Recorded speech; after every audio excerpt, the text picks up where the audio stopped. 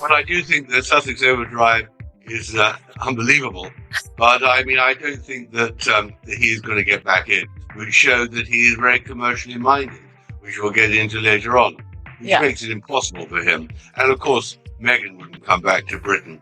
Harry and Meghan the other side, smiling and all the rest of it, is that Meghan has got no real income anymore. She's finished. Right. The Netflix series is over. There's no great podcast. They don't generate any money. And I don't see where she's going from here. I think she has a major problem. It was Meghan speaking, and now we know it's Meghan speaking again. And so this isn't because the book contains that her brand was in great trouble. American Riviera Orchard, that she had allegedly nicked the idea. She wanted wealth and she wanted fame. And she targeted, there's no doubt, she targeted Harry. And that was very critical because at that moment last year, she was about to promote her Netflix series and didn't want to firstly be seen with Harry, and secondly didn't want to go somewhere where she'd appear cheap. Declining, I think that his reputation is somewhat toxic, and I think Invictus is his only lifeline, and that's what she used as a weapon at the time. So there were quite a few things about her personal life. I'll work them into another book, I think.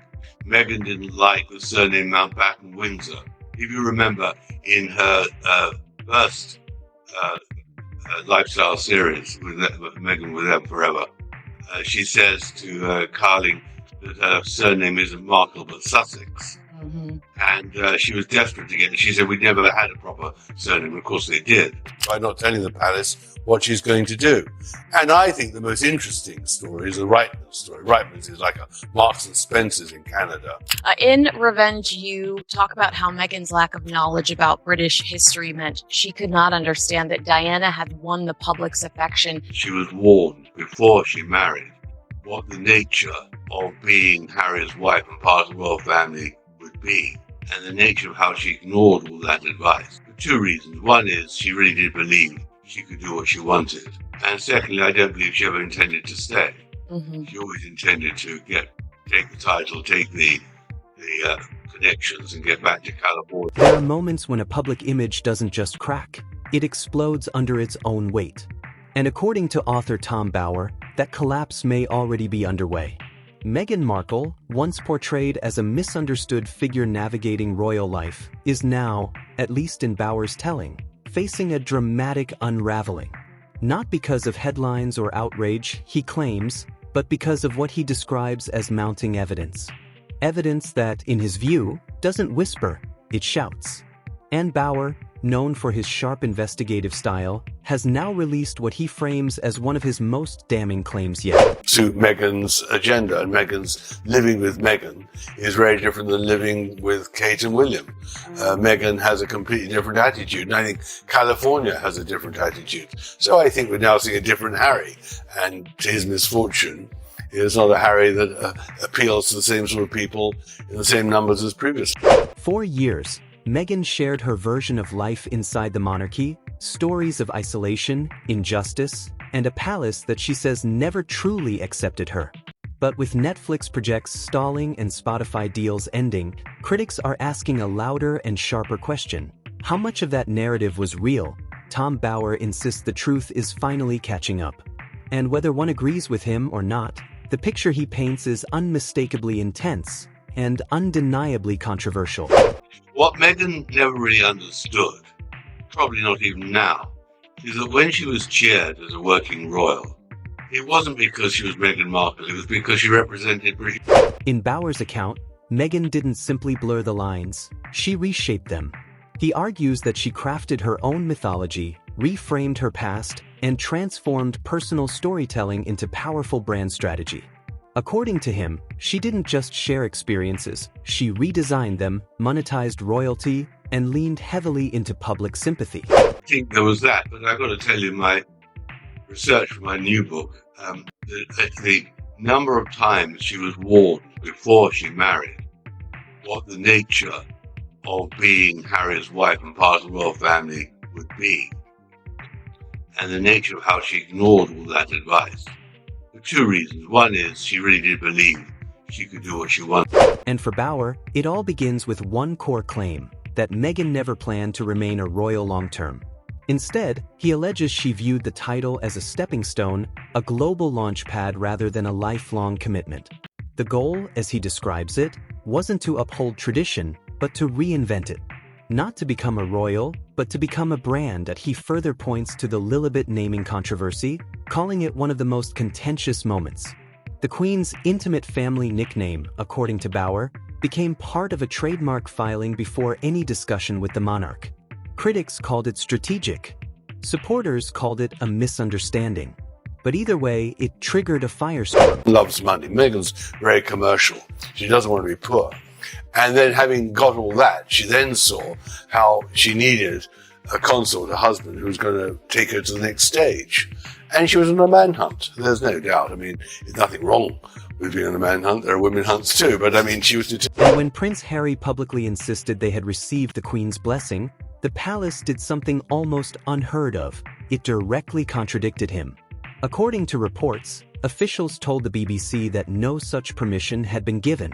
The Queen, insiders claimed, was deeply upset. Bauer argues that this wasn't a miscommunication, it was manipulation. He also challenges Meghan's widely shared story of a difficult upbringing. While she has spoken about emotional and financial struggles, Bauer claims the reality was far different, that her father, Thomas Markle, provided private education, acting lessons, and consistent support throughout her early life. She is desperate to be seen.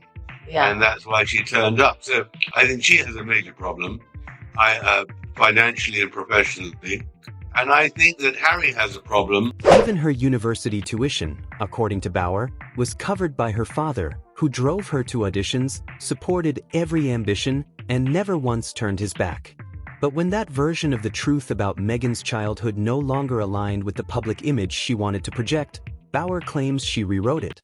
In his view, the man who raised her became an inconvenience, replaced by a carefully curated origin story. One detail he highlights stops everything cold: the famous Procter & Gamble commercial.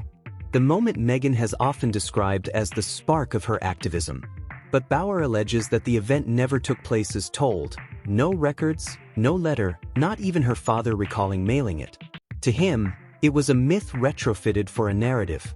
A pattern, he argues, that Meghan repeated many times. And then came the Oprah interview, a global stage, softly lit and emotionally charged, meant to reset the world's perception. Bauer doesn't just question it. He attempts to dismantle it. 17 contradictions, he says, not interpretations, but inconsistencies he believes undermine the story. Her activism. But Bauer says it never happened. No records, no letter, not even her father remembers mailing. Meghan said she and Harry were secretly married 3 days before their public wedding. The Archbishop of Canterbury publicly stated this did not happen. She implied Archie was denied a title due to race. Bauer counters that the rules governing royal titles were established long before she joined the family and were unrelated to skin color. She said she was denied help during a mental health crisis. Bauer points to palace records and staff testimonies claiming support systems were available. According to him, the interview wasn't a revelation, it was a performance. But Bauer argues that Meghan's most dangerous miscalculation was believing the applause was purely for her. During the Australia tour, crowds were enthusiastic, headlines were glowing, and photos appeared flawless. Yet behind the scenes, staff reportedly described a very different reality. To create her own brand and image in the whole Netflix series, lifestyle series. She was told she had to give up being the Wicked Witch in terms of the royal family. She should put that all behind her and not mention them because people want to see her, not all the time complaining. She couldn't resist. Because in the end, one of Meghan's many deficiencies is she has nothing to say. There's no originality. Bauer claims Meghan demanded changes mid-tour, snapped at aides, and behaved, in their words, like a Hollywood diva. He asserts she believed she was the new Diana, not a supporting royal, but the main event. She has to fight the spotlight. She has to fight to be seen. And being seen is critical to her. And she can't, if there's another shooting, she can't fly there as she did. Not because it's painful, but because... And when she realized she would always rank behind Catherine, Bauer says she made a decision. She wouldn't compete within the system, she would challenge it from the outside. the next alleged betrayal didn't happen in front of cameras. It happened privately, during the Queen's funeral, as Harry and Meghan stood beside William and Catherine accepting condolences and projecting unity. Bauer claims there was a secret only the couple knew, a secret even William was unaware of. I don't want to do that.